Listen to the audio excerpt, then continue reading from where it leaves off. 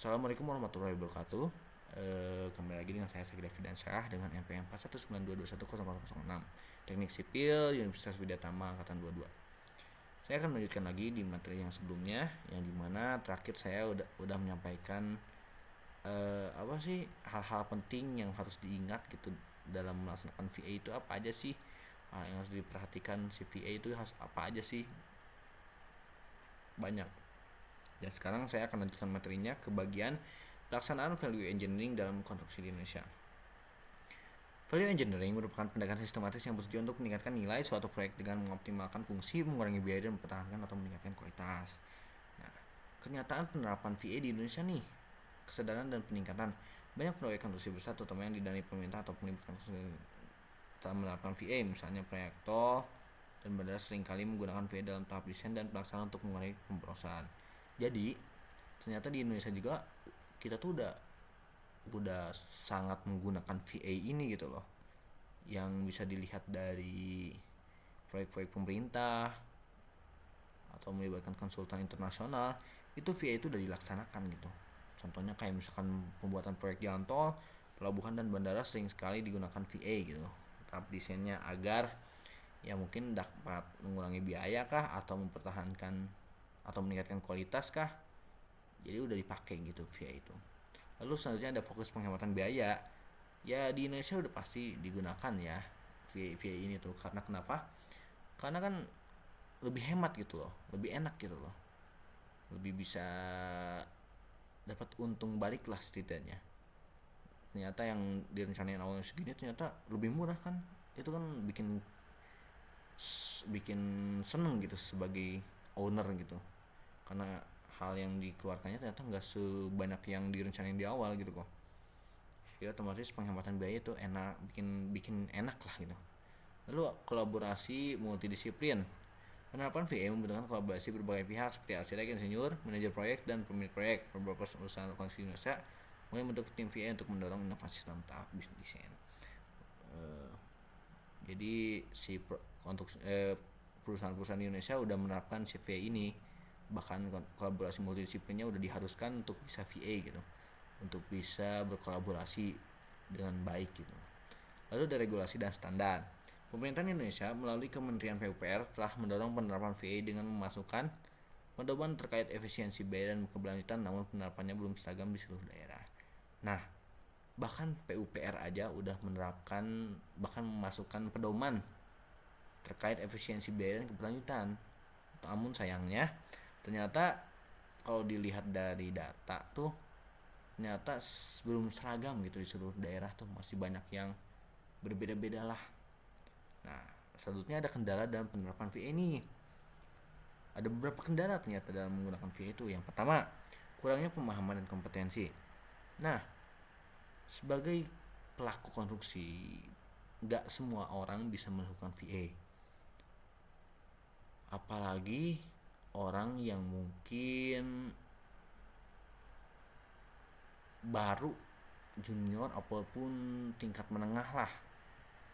Gak semua orang bisa melakukan VA, karena kenapa? Kebanyakan orang yang sudah bisa VA ini tuh orang yang sudah mempunyai pengalaman yang banyak di bidang konstruksinya tersebut, di bidangnya tersebut.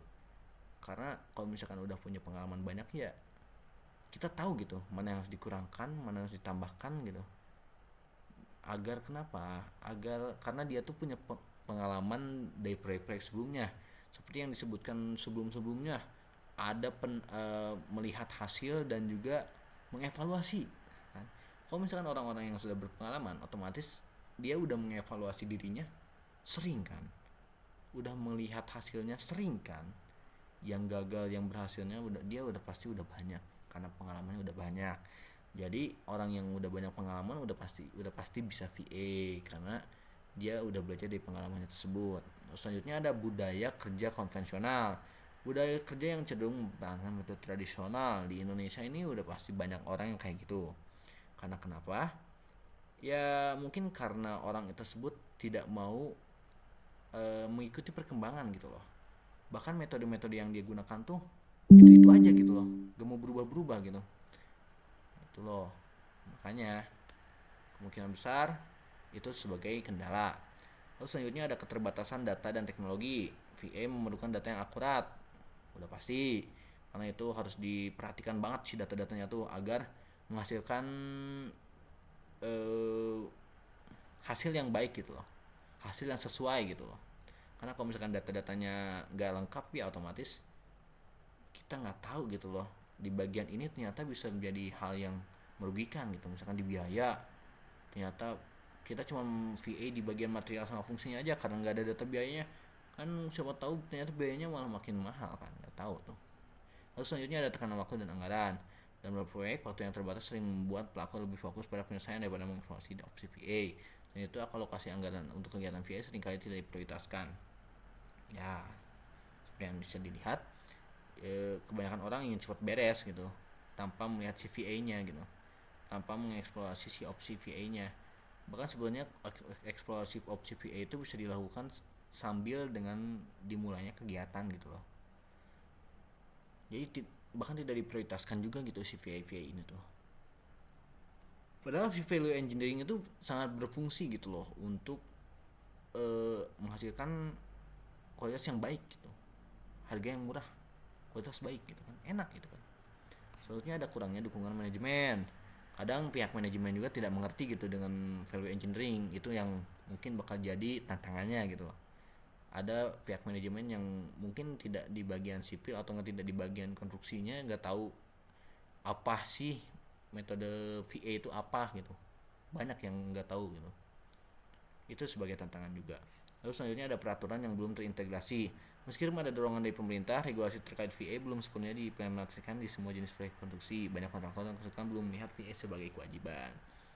Ya masih banyak orang yang tidak mengharuskan, jadi VA itu nggak diharuskan gitu oleh mereka tuh gitu loh. Masih ada, masih banyak.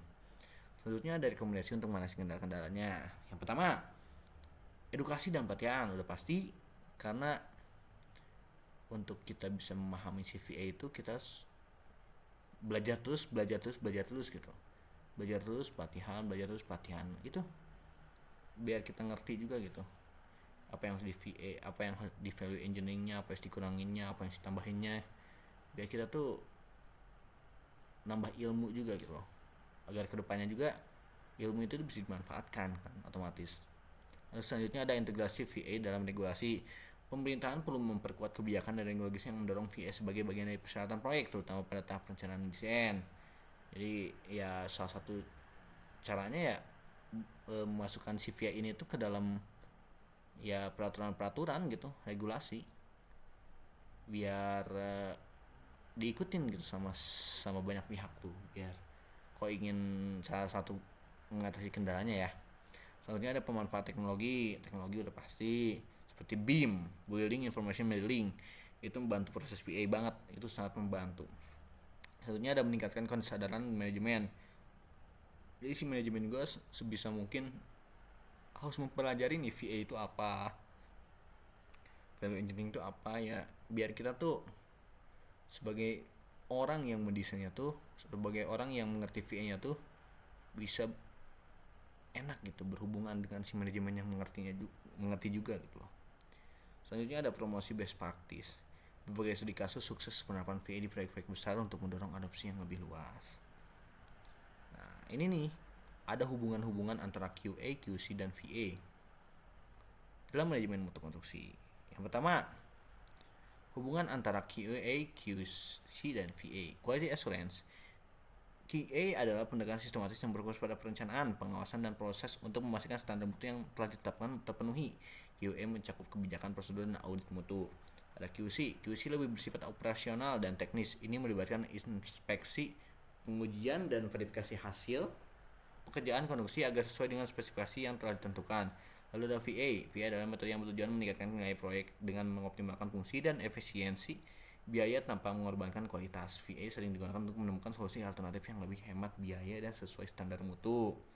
Hubungannya apa nih? QA dan QC udah pasti saling melengkapi ya. Karena dengan QA nanti hasil akhirnya QC-nya tuh pasti akan mendapatkan hasil yang baik gitu. Nah, QA memastikan proses dan sistem berjalan sesuai standar, sedangkan QC memastikan hasil akhir sesuai dengan spesifikasi. Sedangkan VA VA itu mendukung si QA QC gitu dengan memberikan solusi desain dan kondisi yang lebih efisien, mengurangi pemborosan dan serta memastikan kualitas tetap optimal dan dengan biaya minimum. Jadi QA dan QC itu saling melengkapi gitu. Jadi QA prosesnya berjalan dengan sesuai standar, QC hasil akhirnya sesuai dengan spesifikasi. Nah, si VA itu mendukung gitu, membantu mencari solusinya gitu. Lalu ada tahapan implementasi, mungkin di perencanaan QA, perencanaan mutu, penetapan standar kebijakan dan prosedur mutu, penerapan sistem, audit dan review, peningkatan berkelanjutan. Sedangkan QC, pengujian material, inspeksi proses, verifikasi hasil, dokumentasi. Lalu ada value engineering. Value engineeringnya ada di informasi nih, mengumpulkan data terkait proyek, analisis fungsi, kreativitas, mengembangkan solusi alternatifnya, evaluasi memilih opsi terbaik dari segi biaya, implementasi menerapkan solusi alternatif tersebut yang disetujui udah pastinya sama semua pihak. Lalu tindak lanjutan. Lalu ada kendalanya nih, kendala pada QA, kurangnya pemahaman pekerja terhadap sistem QA, resistensi terhadap perubahan prosedur.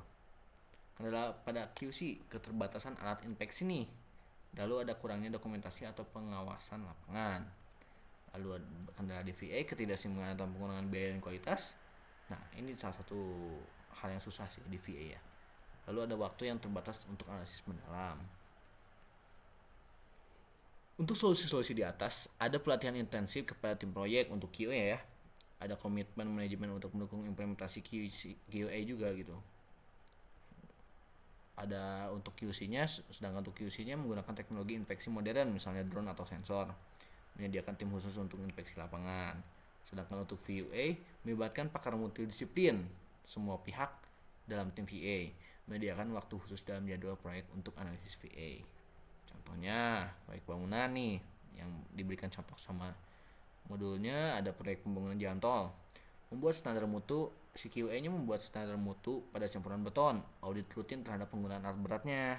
Jadi kayak membuat standar nih, si mutu betonnya harus segini gitu. Gak boleh kurang, gak boleh asal-asalan gitu. Harus sesuai dengan standar yang telah ditentukan si QA ini. Lalu si QA itu langsung audit rutin. Jadi kayak melihat rutin dengan benar-benar perjalanan si proyeknya tuh, si proses proyeknya tuh dengan baik gitu, biar nggak ada hal yang tidak diinginkan gitu, agak sesuai dengan standar. Lalu QC-nya pengujian material agregat untuk memastikan kualitas beton, fungsi verifikasi ketebalan aspal sesuai spesifikasi.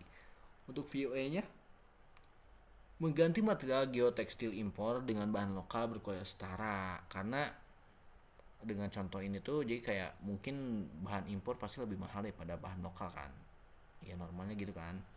Makanya siapa tahu dengan melihat bahan lokal yang ternyata kualitasnya setara dengan bahan impor, kenapa tidak gitu, bahkan lebih murah, kenapa tidak kita pakai gitu kan. Langsung ada landasan teorinya, banyak sih landasan teorinya. Ada teori Deming untuk QA, quality controlnya ada Juran, QC-nya. Lalu value engineering-nya ada Lawrence de Miles, yang dimana metode VA untuk meningkatkan efisiensi biaya dalam desain dan produksi. Integrasi QA dan QC dan VA yang baik dapat memastikan proyek konstruksi selesai tepat waktu sesuai anggaran dan memenuhi standar mutu. Jadi si QA, QC dan VA ini sangat dibutuhkan dalam suatu proyek, karena jika si QA, QC dan VA ini digunakan dengan sebaik-baiknya dan benar-benar, pasti proyek akan berhasil dan mungkin akan mendapat untung, bahkan karena mengurangi biaya tanpa mengurangi kualitas itu loh. Dan juga untuk prosesnya akan lebih benar, standarnya tidak aneh-anehan, terus hasil akhirnya pas dilihat spesifikasi akhirnya aman. Nah, enak kan jadinya, tidak harus bekerja 2 kali, untung iya, terus sesuai dengan aturan, hukumnya ada, regulasinya ada, sesuai. Makanya kita bisa mungkin mengikuti si QA, QC dan VA ini. Mungkin cukup sekian yang dapat saya sampaikan di bagian ini sekarang tuh. Di bagian video sekarang tuh kita membahas tentang QA, QC dan VA lagi gitu, hubungan mereka tuh apa aja gitu loh. Mungkin cukup sekian yang dapat saya sampaikan. Terima kasih, mohon maaf bila ada salah kata. Wassalamualaikum warahmatullahi wabarakatuh.